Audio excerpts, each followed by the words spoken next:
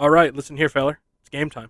Get your game faces going. We're going to talk about a board game today that we love to play here in the house. It's called Harry Potter something something something. Caitlin, what is it? It's Harry Potter Hogwarts Battle, a cooperative deck building game.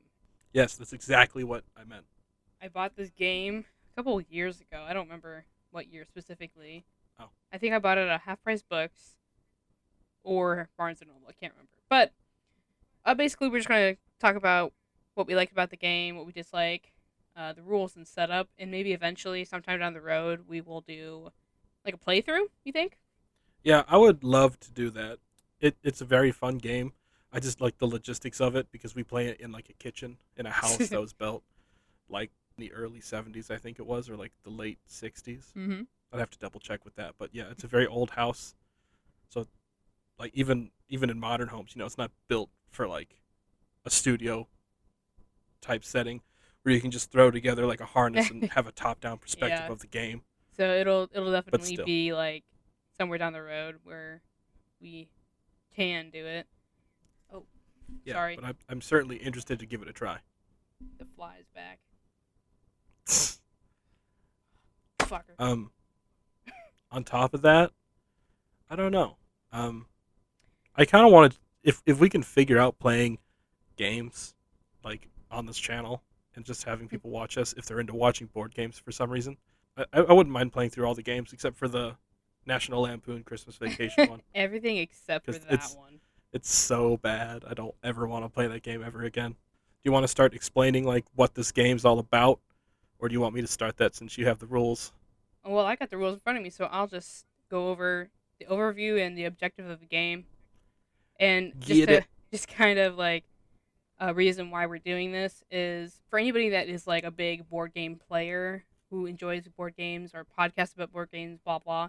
We just kind of figured we'd go over something like this in an episode like this because there's not a lot of media or videos about this game specifically and just some games that we really enjoy. And I'll just say this right now, but one of the things that Josh and I don't like is there are some holes in like certain characters' abilities and just cards that we use. There's certain things that they don't explain specifically. So whenever we go online to be like, oh, how do we do this? There's really nothing out there specifically about that, how to like fix it or like how to overcome that situation. You know what I mean? There's not like a tutorial out there, Right. or purchase a purchasable game book about it. Right. So if we figured that if we made an episode like this every week or every other week or something like that about games that we like or just this game in particular, hopefully this would help people in the future if they ever buy this game, which I do recommend. So, but let's just get right into the overview. I'm just going to read from the rules, but in this cooperative game, you will take on the heroic role of either Harry Potter, Ron Weasley, Hermione Granger, or Neville Longbottom in order to defeat a series of evil threats. The villains launch attacks against you in their attempts to conquer the wizarding world one location at a time. The game is designed to be played over a series of 7 increasingly difficult adventures to defeat you know who once and for all. Playing cooperatively as the heroes, you win the game if you defeat all the villains before they can gain control of all the locations, thereby securing the safety of Hogwarts for now. However, if the villains manage to gain control of all the locations, you have lost the game. Yeah, and even though like you're supposed to work cooperatively, not lose. I One of my favorite parts about that game is just being an asshole sometimes because there are cards within the game that go into your deck that just aren't good. And it's not in the base game, but there's an expansion for it where there's a card that allows you to put a card in your discard pile into someone Yeah, else's hand. yeah, And I just love giving Caitlin shitty cards. It's the best thing ever. yeah. So this game is for 2 to 4 players, ages 11 and up. Honestly, you could probably have somebody that's like 10 or 9 years old play this game if No, they it's are. against the rules. It's If they against were, the if they rules. could be 10 or 9, they would have put it on the It's box. Okay. illegal. They go to straight to jail. Yeah, you go to jail. They go to jail. Everybody goes to jail. Okay, just to give you a visual of how to set up this game, we have one big board to go in front of all the players, and then it comes with player boards that can track your health, and you start with 10 health whenever you start the game.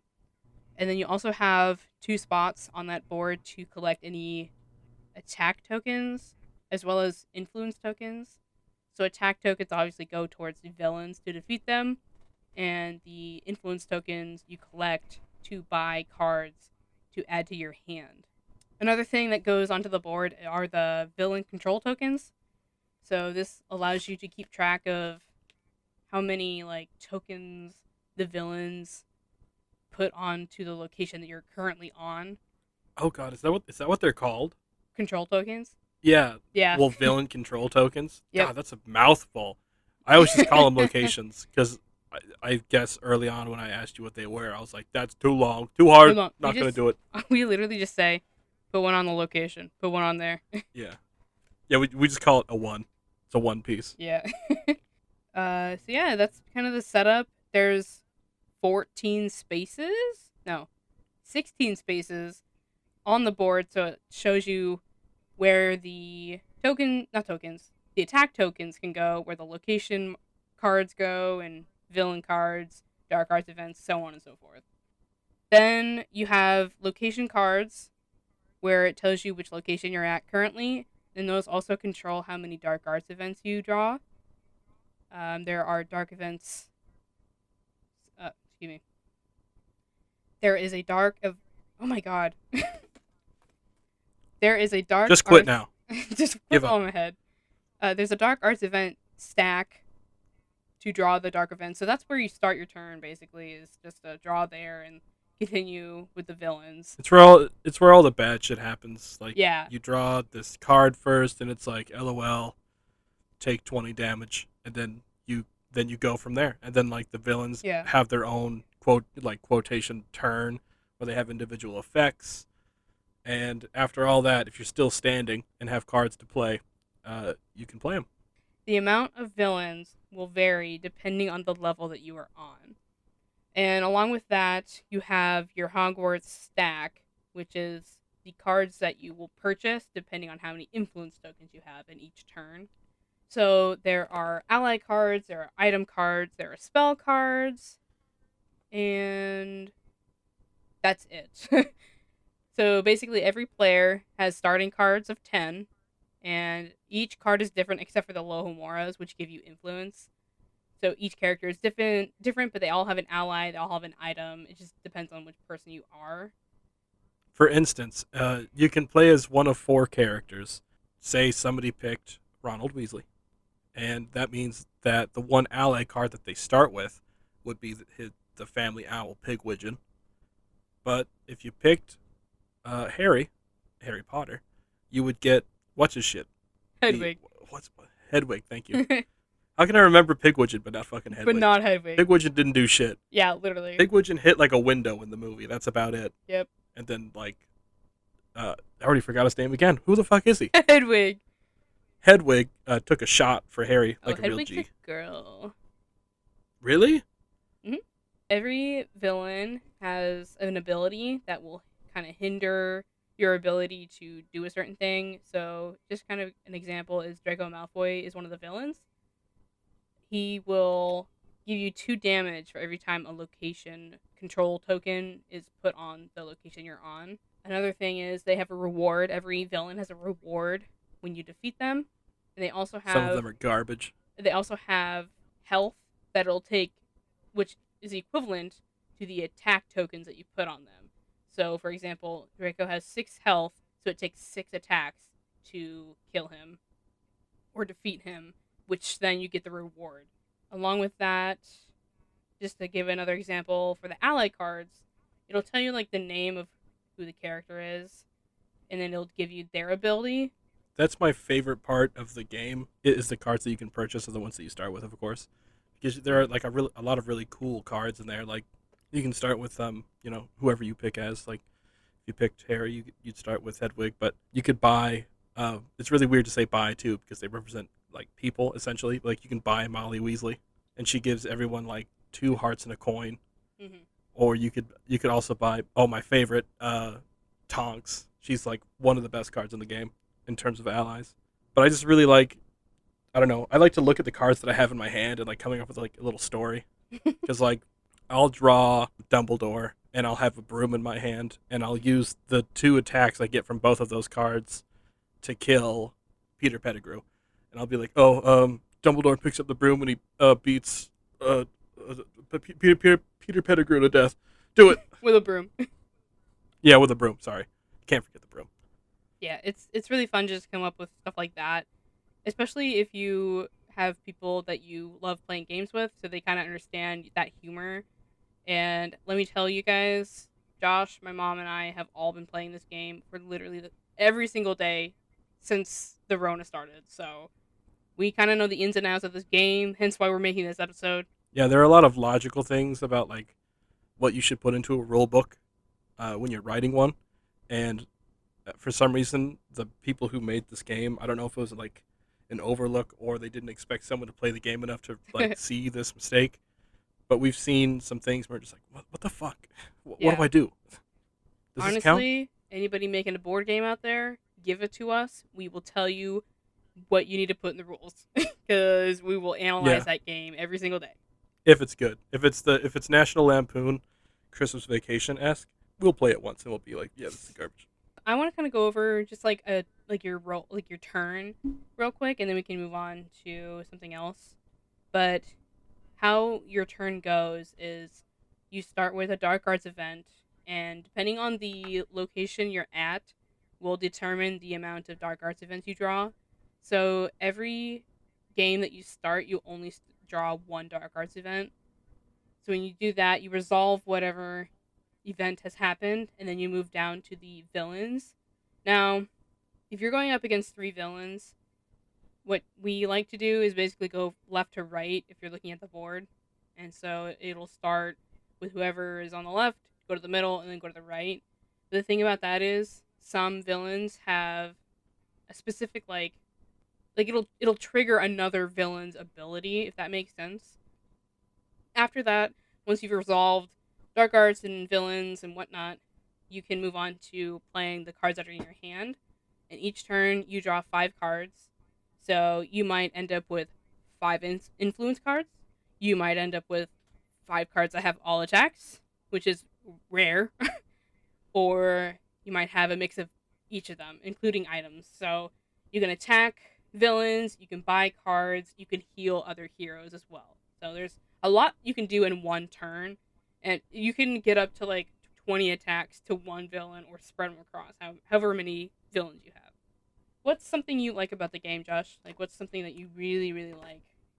Apart from coming up with the silly stories in my head, I like I like to optimize turns, if that makes sense. Because like obviously you're just given a certain number of cards. You draw 5 at the end of your turn for your next turn, but you know people can give you cards, they can give you attacks, they can give you hearts, they can give you money.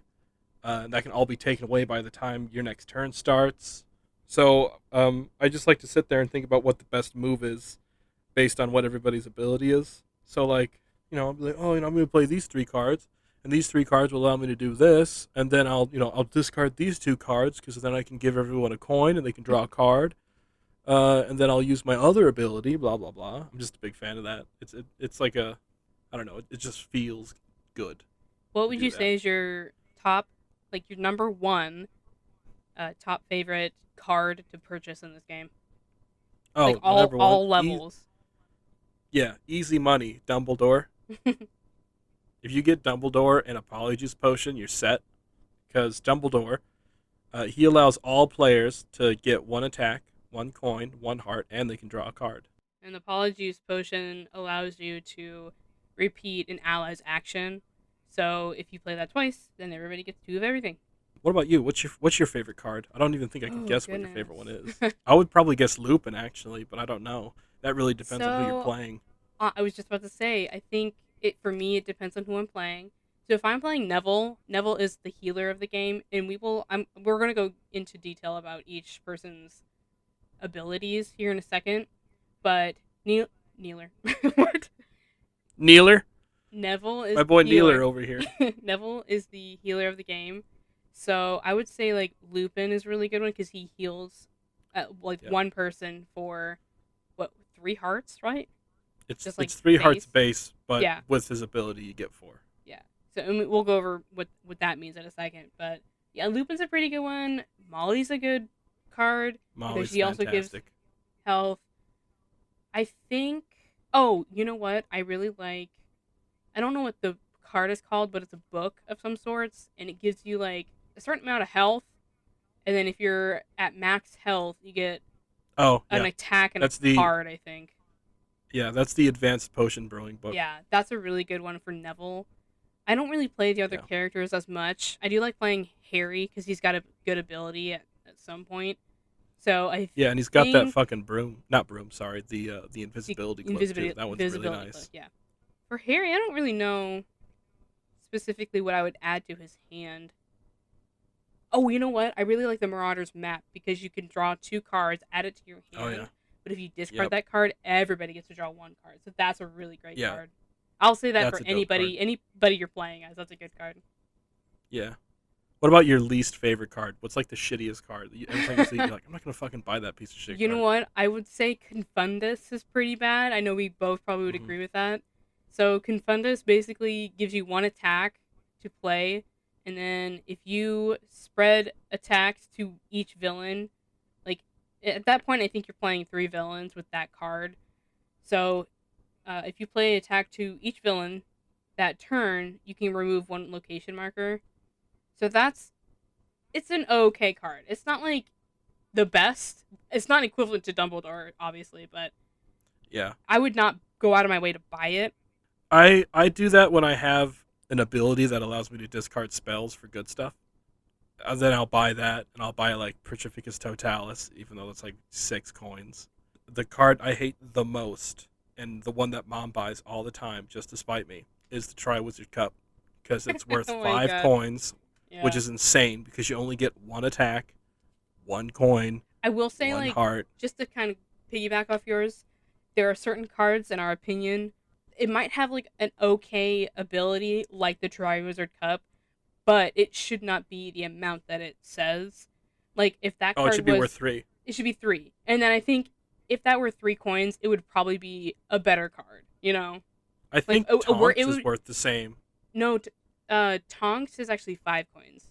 Oh wait, Yeah, is so that is five the coins? Triwizard Oh, Cup. Yeah, the Triwizard Cup is 3. No, oh, it's 5 okay. fucking coins. And So every time I see it, I think that's garbage value. And then just Mom, who complains that who never has more than like 5 coins, buys that card for some reason. Like you just just for wasted so much money. context, Nymphadora Tonks allows you to get how many attacks? Is it? It's 2 attacks or 3 coins or remove 1 from location. You Yeah. get to pick So one of those that is a effects for 5 coins. great card, worth the money that you spend for it, but not for Triwizard Cup. You can buy Tonks, or you can buy a thing that gives you 1 attack, 1 coin, and 1 heart. And then for some reason, Mom's like, I'm gonna buy that. It's the best one. Well, let me ask you this real quick: who is your favorite character to play as? I think I can already guess it. Can I guess it before you Are we? say it? Yes. We're going to include the other 2 expansions Okay. Yeah. just We to haven't let talked about everybody them that know. much. Yeah. Yeah. We can That's talk very about that cool. in a different episode or just a little bit at the end. I don't know. But like I Okay. said, you can play as Harry, Ron, Hermione, Neville. In the Monster Book of Monsters expansion, you can play as Luna. And then the Charms and Potions expansion, you can play as Ginny. Now, Mhm. I'm going to guess. Let me know if I'm right. Yeah. Guess. Your favorite character to play is Luna. Correct. Yeah. Luna is the best.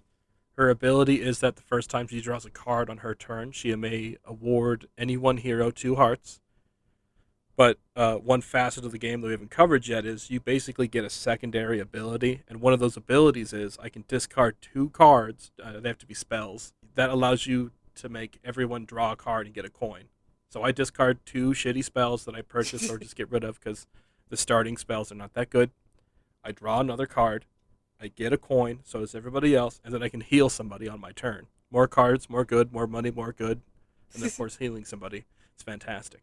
Can you guess who my top 2 players I like to play as? Top 2? Well, one of them's Harry, Yeah. because Harry's just good. I would guess Neville, probably. You are correct. Okay, good.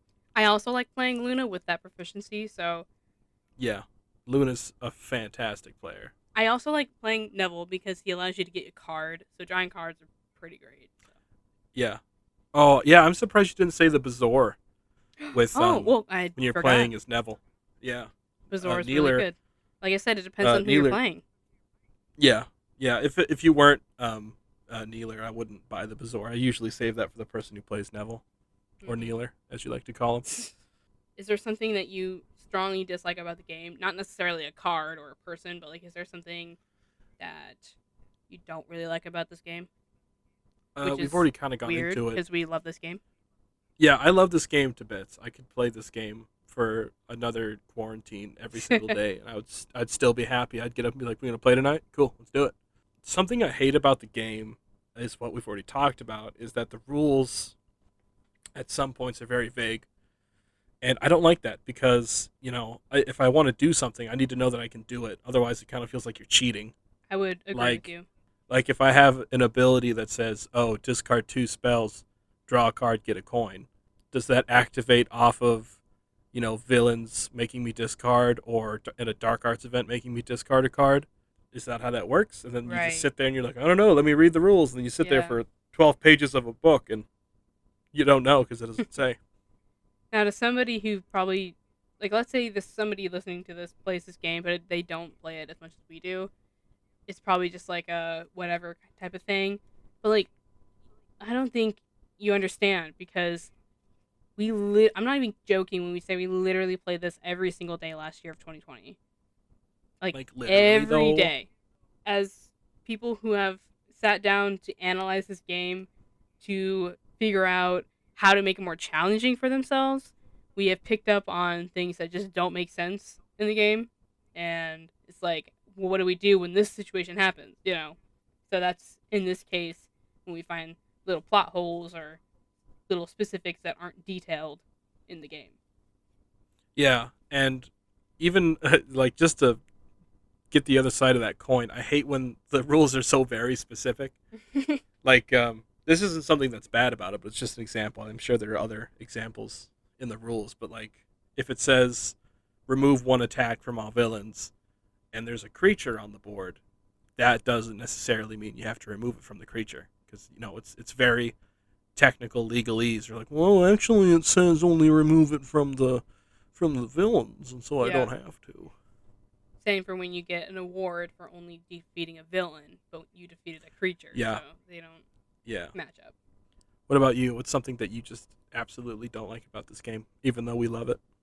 Well, I think I just have to agree with what you said because that's something that we just have discovered playing last year every freaking day of our lives was just like you sit down to read the rules and then you just find something that's like it's in there but it's not, so it's just like, well, what do we do?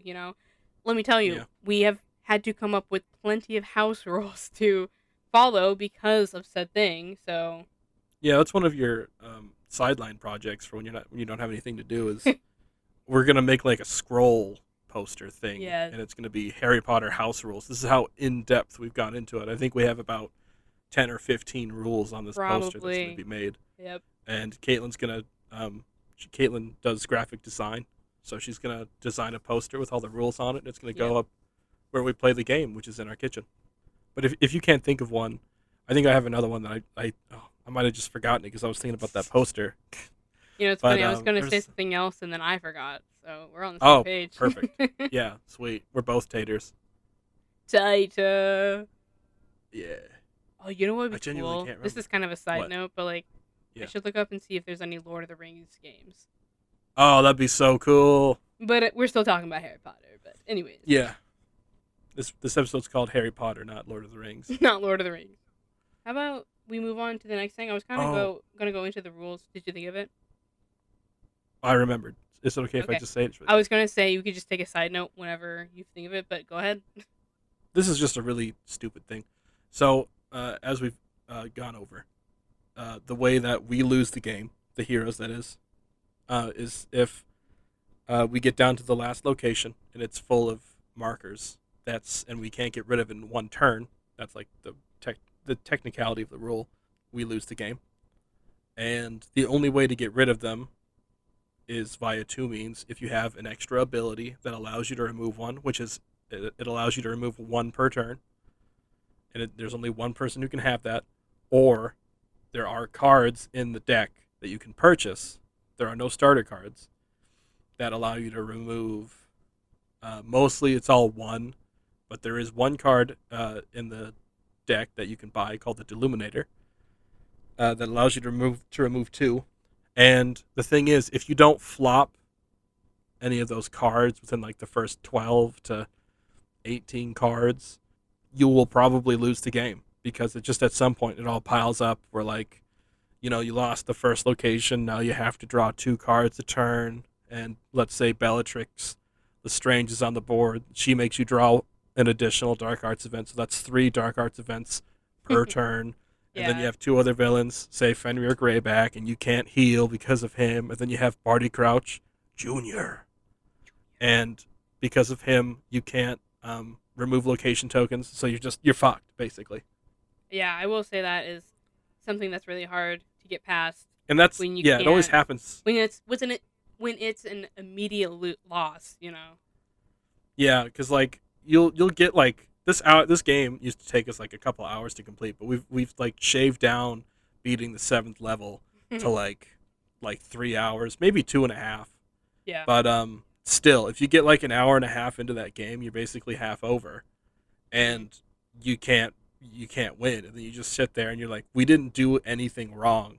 We just didn't like get the right cards, and then I actually go through the rest of the deck when we finish a game, and I'll see where like all the important cards are. Like I'll be like, okay, when was the first location token gonna pop up? And Right. sometimes I've gone through, and there are so many cards in this deck. Sometimes it's like 30 cards, Yeah. and that's a lot of cards to get through. So I want to add on to that in a way that I want to say counters what you're saying. So what I Mm. really like about the game is the ability to make it more challenging.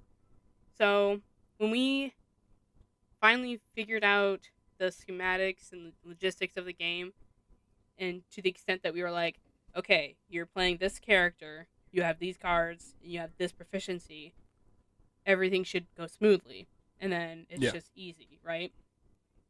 What I really like is the ability to make that more difficult for to play. So you can basically add a couple location tokens to put on the location to make it more difficult. So that way, you can like add once you add more, you lose that location essentially.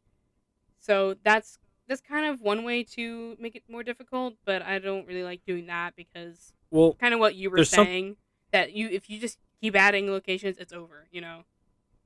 well, yeah, but like I also enjoy making it difficult, as you know, but like there's no real point in playing because at that point it's basically unwinnable. Whatever Right. you say, But like I will however you say, feel about it, like if you don't have any remove locations in like the first 20 cards, you yeah. will probably lose that game on statistics Well, alone. one way that I like to make it more difficult is I'll say like, "Oh, well, if we want to play as our regular people that we play as, we should use different proficiencies." So just to Yeah, we'll kind of pick dip into different that real abilities. quick. So at some point during the 7 levels, I think it's level 3, you get an ability with your character. So it just adds on to the effects that you can like it just helps you win or it tries to help you win. Yeah, most of them are garbage. At game Absolute 6, trash.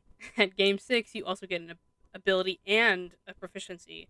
Basically that means that you get an extra ability. So, well, we kind of mentioned this earlier, but if you're playing as Neville, Neville allows you to get an extra health. So when you have the herbology proficiency, if you Yep. get more than 3 health on Neville's turn, you also get to draw a card. So, with all that being explained, I really like taking different proficiencies for certain characters because it adds on to that difficulty because that person might not actually match up well to that proficiency. But also, the other proficiencies in that stack are kind of garbage. No, So, they're not. there's It's not probably even like kinda. They are garbage. they are garbage, yeah. There's like 4 good proficiencies out of the 6 or 7 that you get. Yeah, there's a proficiency in there that's like, oh, every time you acquire a spell, any one hero can get a coin. That's fucking useless. Like how like I just like that's not worth it to me. There's one called Flying Lessons where if you spend 5 coins, I think technically you discard them. That's another rule thing where it's like, do you discard the 5 tokens or do you spend them? You can remove a location token from the location card, and I think it's that discard, so you can't use them because once you discard them, you can't use them in the game, well, like yeah, to but buy like cards. spending them, yeah, well, spending them also means you can't buy another card with it. That's the question. Does it say discard on the card, or does it say use 5? We'll just have to look at it later. Yeah, but anyways, that pairs really well with Hermione in the base game because if she plays 4 or more spells in one turn, everybody gets 1 coin, and that's in the 7th level. Sorry, the other one is just any one hero gets 1 coin. But if she has that flying lesson proficiency and she has 4 Alohamoras in her hand, or 3 Alohamoras and another card that gives you like 1 or 2 coins, you have enough coins. You would end up with 5 to 6 coins. You could remove a location token. Pairs really well with her, in my opinion. I would say that Hermione is really good with money, so she's Yeah. kind of the hero to gain a lot of influence or money tokens, however you want to call them. Neville is the healing hero, so he's really good with healing cards and healing abilities. Ron is the attack hero, no surprise there, but you would want him to have any cards that have attacks or abilities that allow him to get more attacks because it's like Or alliances. He wants or alliances, allied yeah, cards. because it gives him more attacks. Because if he plays like 3 attacks, he can heal somebody or give somebody attacks or something. He heals. Heals, okay. And then Harry, he's got a pretty good ability in round 7 because it's like each time somebody removes a location marker, everybody goes up a heart, right? Yep. So his is really useful in the 7th round because it's not just the first time it's removed; it's every time somebody removes a location marker. So it's not even on Harry's turn that that ability can kick in. Yeah, it kicks in whenever one is removed. One thing I really like about Ron, even though I never play him, is that he has a card called Birdie Bots Every Flavored Jelly Bean. When he plays it, he gets 1 coin, but also every time he plays an ally, he gets an attack. And that's the crazy thing is that there's no upward limit of how many cards you can have in your hand. You have to draw 5 at the end of your turn. But let's say you play Ron, you flop the Birdie Bots, you draw 4 more cards, and you get 4 more allies. So that's 4 allies plus whatever abilities they have. But then maybe I go next and I specialized in drawing cards that game. And there are also cards that allow other people to draw cards as well. So I just allow Ron to draw 17 more cards, and he bought a shit ton of allies. So Right. he has 16 more allies. So he has 20 attacks just from the benefit of having all those allies in his hand. Then he has the ally abilities, and then he has the other card that he has in his hand, whatever that does. Hopefully, it will be attacks. 'Cause then he wipes the board clean, or he kills Voldemort in one turn. Right. Exactly. So just to kind of move on, we're going to talk about like which levels have different rules and different setups. So game 1 and 2 are basically the same when it comes to how many villains you go against and basic rules, I guess. You only go up against one villain, and you only get a certain amount of cards to draw for to purchase. So, oh, and one thing, when you're starting a new game, like when you're starting a new round, you go back to your uh, base 10 cards, and then that way you start like rebuilding your deck for each level, and that's how it goes for That's every another thing I game. hate. I Is hate redoing when that? I yeah because not all the cards are available in every level. But Yeah. Dumbledore, he's the most expensive, and he's available in the first level. So if it was to like allow you to keep those cards, I could feasibly buy Dumbledore in the first level, and then have him in my base deck for the rest of the game. But True. as Very that would true. take, you would need like a few hundred cards to do that. They didn't do that obviously, but I have to get rid of them. at You the know end what of the would be first level. I'm cool like, what the fuck? What? if we did like some kind of challenge where you bought you buy the cards that you have, right? And then you go to the next level and you keep those cards and then you just keep adding to the deck to like buy. So then that way, like let's say you do have Dumbledore, then you have him for the rest of the game, and then he's not on the bottom, he's like towards the top. So then you get to like level 7, you can just annihilate all the freaking villains, you know? Well, yeah, I feel like you would have to impose like a limit though. Like you can only buy 10 cards. Like you can't buy like Well, 30 yeah, I cards mean that's in just one something turn. we could come up with though. Kind of cool. Yeah, that'd definitely be something worth workshopping. Yeah. So the next level is level 3. This is where it gets a little different. Let me just make a side note. Josh and I have been drinking, so if I'm just stumbling and stumbling even more than normal, it's because of that. I haven't touched a single drop, so there you Whatever. go. You think you're better than Whatever. me? I don't know. I don't think it. I know it. So something that's different in this game is you go up against 2 villains instead of 1. So you add a villain, and then you change the locations that you're at with game game 3 locations. Then you add to the dark arts events, and you add to the villain stack. So you have different villains and different dark arts events, but you also add to your Hogwarts deck to buy from. The other thing is you get upgraded hero cards. So this is when your abilities start to kick in, and it'll allow you to hopefully get better at winning the game or protecting other heroes or whatever. So in that sense, what is it like? Harry allows you to get a health when you remove a location. I think you said Hermione gives you more coins, like 1% a coin, I guess. So yeah, that's basically game 3. Game 4 is basically the same with the villains. You go up against only 2 villains, but this time you get 4 dice to add on to the game, which basically are the house colors. You have Hufflepuff, Ravenclaw, Slytherin, and Gryffindor. You also get some of the teachers from the movies and books, which include, I about said McDougal. McGonagall, that's her name. You have McGonagall, you have Snape, you have Flitwick, and you have, oh god, what's her name? The Hufflepuff one. Um. Oh my god. I don't know. Rowena. Ooh, Actually, that's Ravenclaw. no. Helga.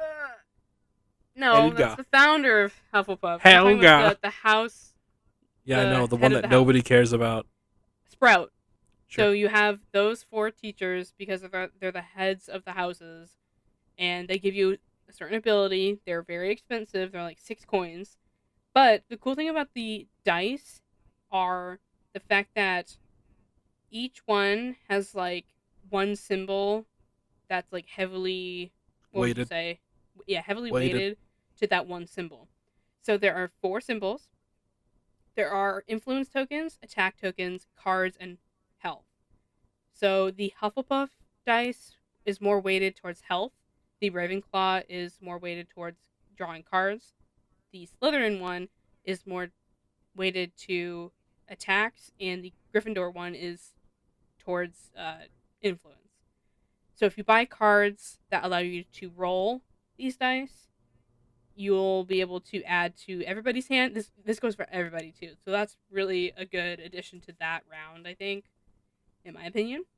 So game 5 is where you now go up against 3 villains. So all 3 villain slots are full, and you also have Voldemort involved with this round.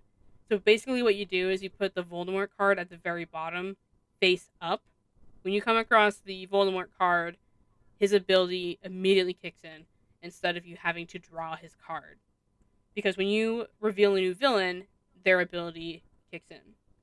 So essentially, there are 4 villains if you don't play your cards right. If you kill Yeah, one guy and you flop the new villain, and then Voldemort's revealed, there are now 4 villain effects on the board, plus the yeah. Dark Arts event that you'll have to draw for each turn. So level 6, essentially the same as the previous ones. You just add more dark arts events, you change the locations, you add more to your Hogwarts deck, and you also add more villains. The thing that changes about the villains is you have a new Voldemort. So basically, 5, 6, and 7 all have Voldemort cards. They just have higher health each round. Well, they have different abilities too. They have different abilities as well. And the new thing about level I 6 have played is this every single day during the coronavirus. you get proficiencies like we talked about earlier, so that is additional ability to your character, which can really help out depending on which character you play and which proficiency you add on, or it can really make it difficult depending on which one you pair it with. So lastly is game 7. This one's got a lot of stuff. Basically, like the previous rounds, you have 3 villains. You add on to the Dark Arts event stack, the Hogwarts stack where you can buy from, change the locations. You have the 7th game, Voldemort, with a different ability. But you also add, what are they called? The Horcrux cards. So now, on top of having to draw a Dark Arts event every turn and having to resolve villain abilities, you also have to resolve the Horcrux abilities. So you go Dark Arts events, Horcrux, then villains. So it's just a shit show straight across. Yeah, and that's when the dice come into their most useful form. In order to get rid of the Horcruxes, you have to roll certain outcomes on the dice. Sometimes, I think the fewest requirements are one in order to get rid of it. Like you have to roll a card. It Mm-hmm. doesn't have to be on a specific die. A specific die. It doesn't have to be on the very any specific die. You just have to get that. So if it's a card, you can roll Hufflepuff. If you get card, you can mark it and you get the card. And the highest one is the last card. And I think there are 3 requirements. You have to get everything except a coin or a card. I can't remember that And one, but yeah. yeah, I just know that it's Nagini. So another thing about level 7 is you get another upgraded character card. So this is where the best abilities come up to play. So Neville, for example, each time you get healed on Neville's turn, you get an additional health. And then if you have a proficiency that allows you to get a certain amount of health, you also get to draw a card. So you're adding to your hand, you're getting health. Hermione, what does Hermione do? Hermione's newest ability in level 7. That one's just if you play 4 spells, everybody gets a coin. So everybody gets a coin. And then if you Everybody gets a coin. have everybody, and if you are Hermione and you have flying lessons, Yep. and you get an extra coin, maybe you have 5 coins already. Maybe you get extra coins to spend money on stuff. hmm So Yeah, Hermione's good at making money because most of the cards that give you money in the game are actually spell cards, and which if most of the spell cards give you money, that and Hermione gets more money for playing spells, that means you should buy as many spell cards that probably give her money right, as well, because then she's gonna just have turns where she's like, I've got 23 coins, I'm gonna buy 7 cards. yeah. One thing I'd like to add on is a lot of cards in this deck. Well, not really a lot, but there's a few cards that have like a discard ability. So if a Dark Arts event or a villain makes you discard a card, for example, Neville has the Remember All in his hand, which allows you to get 2 coins if you discard that card. So if you are forced to discard a card, you would want to pick that one so then you get more coins out of it. And then you're essentially not losing like really an important card, you're just getting money, you know. So there's certain cards that have discard abilities that have different abilities too. There's one that'll give you a health and an attack. There's one that'll give you cards. There's just different ones like that. It's really cool. Yep, I concur. Discard cards are really cool, like Gilderoy. Oh my gosh, yeah. Gilderoy, he's 2 coins, shitty character, but he gives you a good ability to Yeah, draw I cards. think he's the only like morally gray character, even if you could call it that. He drew down on 2 kids. Literally Um, would make them forget their entire lives, probably. yeah, I don't know who else like you could even say. Well, I guess yeah, Snape's also in the bunch too, but Yeah. like his whole thing's that he's like a bad boy who Oh, cares. you know what's funny?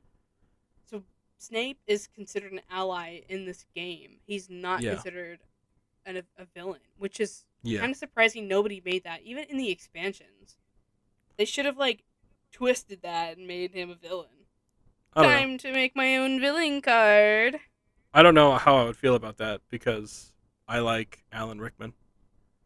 I don't know how I'd Okay. feel about punching him in the face. Oh, I like Jason Isaacs too. He's a great actor. He doesn't play a lot of good guys though that I know about him. I only know him from like 3 or 4 things in total, but yeah. Malfoy's straight up a bad guy, so we know that. Yeah. We Let me knew tell that. you what. Lucius, asshole. But yeah, I don't think there are like many other like morally ambiguous characters that are you can purchase as an ally apart from Snape and Gilderoy. I feel like Snape's a little bit better because Snape like had reasoning like why he was doing everything. Gilderoy was just like, I'm famous. I can only do one thing. I'm gonna attack these children. Murr. Did he go to jail for that? No, he just forgot You who he think? was. Well, actually, I don't know what Well, happened who after. cares? Imagine telling Arthur or Molly that like, yeah, someone drew down on your kid and basically was gonna like erase his whole memory, but Yeah. it backfired because he used that wand that your son broke, and you basically got the spell on himself, so he's fine. And then you just be like, what? He attacked my child. No, he was going to attack your child. He didn't do it, but like he was thinking about He was gonna do it, but he didn't do it. You know it. what I'm saying? Anyways, where were we? I have a quick question. Okay, go ahead. All right, so yeah, that's basically what the game is. Sorry if that made no sense at all because it was all over the place. But if that kind of made sense, hopefully we can do something in the future, like play the game, whether that's either recording the game itself or just verbally explaining what's going on.